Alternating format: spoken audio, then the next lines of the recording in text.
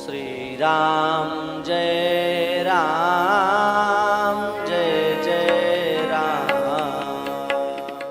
श्री सीता रामचंद्र भगवान की जय। गणेश चतुर्थी का पावन पर्व हम सभी लोगों के अत्यंत सन्निकट है। कल गणेश चतुर्थी का पावन पर्व है। वैसे तो श्री गणेश जी महाराज सबके लिए ही मंगल कारक हैं, सबके लिए ही धन धान्य समृद्धि बुद्धि देने वाले हैं, परंतु गणेश चतुर्थी का जो व्रत है ये विद्यार्थियों के लिए विशेष उपयुक्त माना गया है। वैसे तो जो भी इस व्रत को करेगा उसकी समस्त कामनाएं पूर्ण होंगी, क्योंकि शास्त्र में ऐसा लिखा है कि इस व्रत से अच्छा कोई व्रत नहीं है। चतुर्थ्याम महिमानम नो न शक्यम सुनिरूपितम। कह रहे हैं चतुर्थी, गणेश चतुर्थी का गणेश पुराण में लिखा है, गणेश चतुर्थी की इतनी महिमा है, इतनी महिमा है कि इसका कोई वर्णन नहीं कर सकता।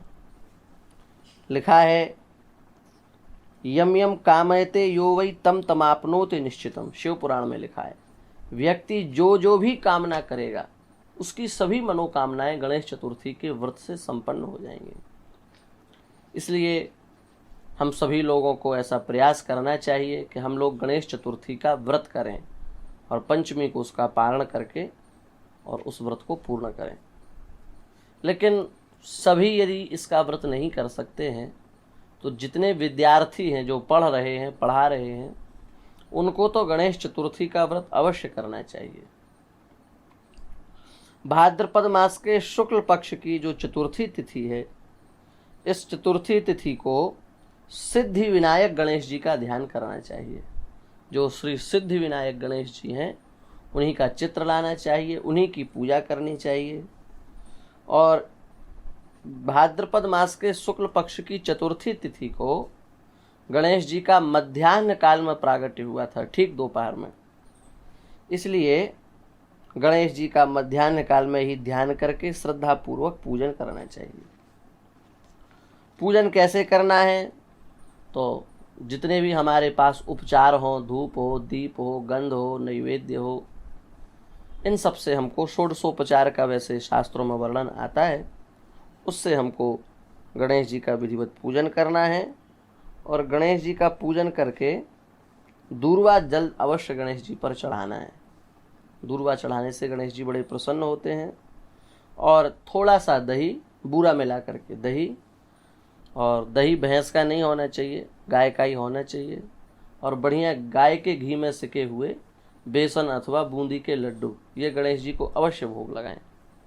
तो इससे श्री गणेश जी महाराज की प्रसन्नता हम सभी को प्राप्त होगी। तो सबसे पहली बात तो विद्यार्थियों को ये ध्यान रखना है कि कल के दिन गणेश जी का हम लोगों को पूजन करना है और गणेश चतुर्थी पर हम लोगों को अन्न नहीं खाना है, व्रत करना है। अब यदि किसी की विशेष इच्छा हो, विशेष कुछ वो अपने जीवन में उन्नति चाहता हो, विद्या बुद्धि की प्राप्ति करना चाहता हो, तो उसके लिए कुछ शास्त्रों में अनुष्ठान हैं। कुछ अनुष्ठान बड़े गुप्त होते हैं, वो सबको नहीं बताए जा सकते, लेकिन कुछ ऐसे होते हैं जो सर्वसुलभ होते हैं। उसी में से एक अनुष्ठान है श्री गणपत्य थर्वशीर्ष के 100 पाठ करना है। तो गणपत्य थर्वशीर्ष के कल के दिन, गणेश चतुर्थी के दिन, जो विद्यार्थी अथवा आचार्य श्रद्धापूर्वक पाठ करता है उसको समस्त वेदों का वेदांगों के सहित ज्ञान हो जाता है और उसकी समस्त मनोकामनाएं पूर्ण हो जाती हैं। ऐसा गणपति थर्वशीर्ष में ही लिखा है। बड़े गणेश जी की बड़ी प्रसन्नता उसको प्राप्त होती, गणेश जी बहुत प्रसन्न होते हैं उसके ऊपर। तो गणपति थर्वशीर्ष सबको सुलभ ही है। नहीं पता है आपको तो नित्य कर्म पूजा प्रकाश में गणपति थर्वशीर्ष प्राप्त होता है। उस गणपति थर्वशीर्ष के हम लोग 100 पाठ गणेश जी के निमित्त अवश्य कर सकते हैं। पर हम लोगों से भूल हो जाती है कि हम लोग संकल्प विधिवत नहीं करते हैं। संकल्प विधिवत ना करने से उसका हमको पूर्ण फल प्राप्त नहीं होता है। तो तिथि का, वार का, नक्षत्र का विशेष ध्यान रखते हुए और जिस कामना से हम कर रहे हैं उस कामना को बोलते हुए विधिवत हम संकल्प करें तो निश्चित हमको फल की प्राप्ति होगी। अब आप ऐसे ही समझ लो कोई सामान हमको कोरियर करना हो और पता गलत डाल दो तो जहाँ पहुँचाना वहाँ पहुँचेगा, कहीं और ही पहुँच जाएगा। ऐसे हम अपने लिए यदि कुछ साधन कर रहे हैं और यदि हमने तिथि वार नक्षत्र गलत बोल दिया तो वो उस तिथि में वह फल हमको प्राप्त नहीं होगा, वो कभी अगली तिथि या जो हमने तिथि बोली उसमें जा कर के हमको प्राप्त होगा। नाम और गोत्र गलत बोल दिया तब तो कहीं का कहीं पहुंच जाएगा। तो संकल्प का ध्यान रखते हुए 100 पाठ हम गणपत्य थर्व शीर्ष के करें तो बहुत अच्छे ज्ञान की हमको और बुद्धि की प्राप्ति होगी। ये एक साधन हम लोग कर सकते हैं। दूसरा एक और साधन हम लोग कर सकते हैं, गणेश सहस्त्रनाम स्तोत्र शास्त्रों में प्राप्त होता है। गणेश सहस्त्रनाम स्तोत्र को आप खरीद लीजिए और ख़रीद करके गणेश जी के 1000 जो नाम हैं उन 1000 नामों से दूर्वा से गणेश जी का सहस्त्रार्चन करिए। दूर्वा गणेश जी को अत्यंत प्रिय है, तो दूर्वा से गणेश जी का सहस्त्रनाम करने पर भी हमें बहुत विशेष लाभ की प्राप्ति हो सकती है, बहुत अच्छे लाभ की हमको प्राप्ति हो सकती है। तो बढ़िया सुंदर दूर्वा का संग्रह कीजिए, उसको बढ़िया धुल लीजिए और पवित्र करके एक एक दूर्वा एक एक नाम पूर्वक श्री गणेश जी महाराज पर समर्पित करिए, तो इससे भी हमको बहुत विशेष लाभ की प्राप्ति हो सकती है। दूर्वा यदि किसी के पास नहीं है तो लाजा के द्वारा भी हम सहस्रार्चन कर सकते हैं। लाजा का अर्थात है वो लाजा का लाई होता है जो अन्य अन्य खाद्य वस्तुओं में भी उपयुक्त किया जाता है, मिश्री के साथ भी लोग पाते हैं। दीपावली में तो उसकी बहुत अधिक बिक्री होती है लाई की, लाजा की। उस लाजा को खरीद ले, लाजा से भी श्री गणेश जी महाराज पर सहस्रार्चन कर सकता है। तो ये भी एक शास्त्रीय अनुष्ठान है। विद्यार्थी अथवा आचार्य अपने अपनी विद्या और बुद्धि की उन्नति के लिए इस अनुष्ठान को भी कर सकते हैं। गणपत्य थर्व शीर्ष जो है, उस गणपत्य थर्व शीर्ष को 8 पेजों पर आप लिखिए अलग अलग, और लिख करके उनको रक्षा सूत्र से बांध करके गणेश जी को समर्पित करके 8 संध्या करने वाले ब्राह्मणों को उनका दान कर दीजिए। तो इससे भी हमारी बहुत उन्नति होगी, बहुत अच्छा हमको इससे लाभ प्राप्त हो सकता है। गणेश जी की प्रसन्नता, बुद्धि की वृद्धि, विद्या में वृद्धि, ऐहिलौकिक पारलौकिक भोगों की प्राप्ति, ये सब हमको उस 8 जगह लिख करके बांटने से, और ये सब अनुभूत प्रयोग हैं।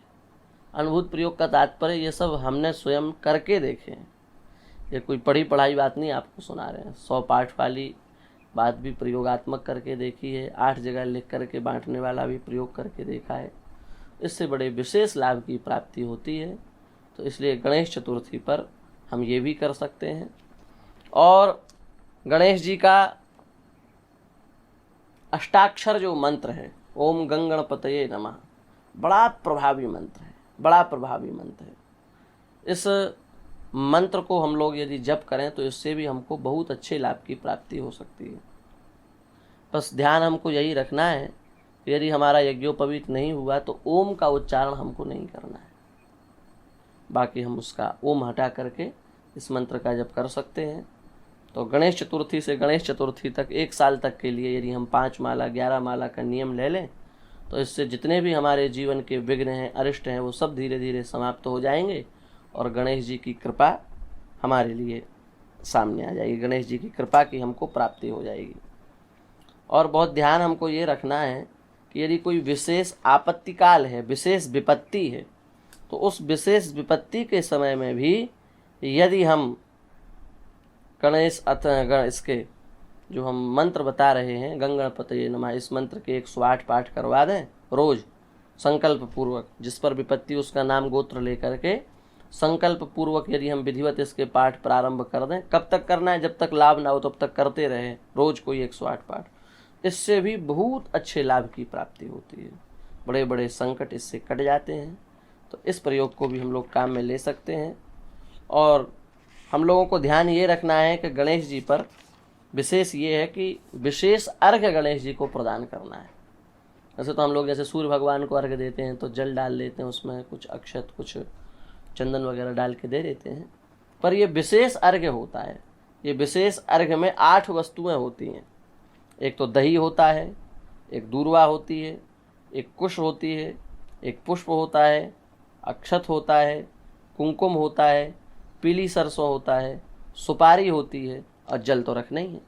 तो 8 चीज़ों को मिला करके 8 चीज़ों को जल में मिला लेवें और फिर ये गणेश जी महाराज को प्रदान करें, तो इस विशेष अर्घ्य से गणेश जी महाराज की विशेष प्रसन्नता हमको प्राप्त होगी। और गणेशाय नमस्तुभ्यं सर्व सिद्धि प्रदायक संकष्टहर में देव ग्रहणार्घ्यम नमोस्तुते, इस प्रकार से हमको बोल करके ये हमको अर्घ्य प्रदान करना है। अथवा गगनार्णव माणिक्य चंद्रदाक्षायणीपते ग्रहणार्घ्यम मया दत्तम गणेश प्रतिरूपक, ये नारद पुराण का श्लोक है। इस श्लोक को बोल करके हम गणेश जी को विशेषार्घ्य प्रदान करें, हमें बहुत अच्छे लाभ की प्राप्ति होगी। तो इस प्रकार से हम गणेश जी का पूजन कर सकते हैं।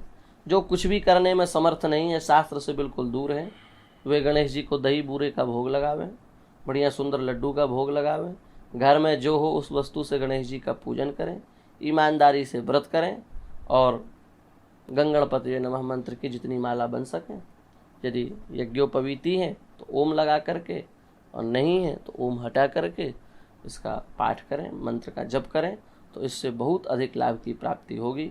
अच्छा, कल का एक विशेष विधान ये भी है कि भाद्रपद शुक्ल की चतुर्थी के चंद्रमा का भी दर्शन नहीं करना चाहिए। इससे भी बड़ा नुकसान होता है, बड़ा अधिक कलंक लगता है। ऐसा लिखा है कि कल की चतुर्थी के चंद्रमा का जो दर्शन करता है उसको कलंक लगता है, इसलिए लोग बहुत बचते हैं, बहुत सावधान भी रहते हैं कि हमको भाई दर्शन ना हो जाए कहीं। तो कल की चंद्रमा का दर्शन नहीं करना है। मान लो कई बार ऐसा होता है, जो चीज़ बता दी जाए वो व्यक्ति से भूल से हो ही जाती है। यदि बता दिया जाए कि इस मकान में नहीं झांकना है तो व्यक्ति उधर जरूर झांकेगा। तो कल बता दिया कि चंद्रमा का दर्शन नहीं करना है, तो वैसे भले नहीं देखता, बता दिया तो अब जरूर देखेगा। ऐसे भी कुछ लोगों की प्रकृति होती है। तो भूल से यदि उसकी नज़र चली जाए और वो देख ले, तो अग्नि पुराण में ऐसा लिखा है कि उसको श्रीमद् भागवत के 10वें स्कंद के 57वें अध्याय के पाठ को या तो सुनना चाहिए या फिर स्वयं करना चाहिए। तो उससे, उस दोष से हमको मुक्ति मिलती है, उस पाप से हम बच जाते हैं। हम ऐसा ही प्रयास कर रहे हैं कि हम देखें नहीं, हम क्यों उसके पाप के फिर शांति के लिए उपाय करें, हम देखें नहीं, ये बहुत अच्छा है। फिर भी कोई देख ही ले दुर्भाग्यवश, तो उसके लिए श्रीमद् भागवत के 10वें स्कंद के 57वें अध्याय का पाठ करना चाहिए, ऐसी शास्त्र की आज्ञा है। तो हम लोग खूब प्रेम से गणेश चतुर्थी के पवित्र उत्सव को मनावें, उसके व्रत को भी करें, गणेश जी को खूब प्रसन्न करें, रिद्धि सिद्धि बुद्धि के सहित गणेश जी महाराज की पूजा करें, तो निश्चित ही हमको विशेष लाभ की प्राप्ति होगी। बस इसी भावना के साथ हम अपनी वाणी को विराम देते हैं। श्री सीता रामचंद्र भगवान की जय।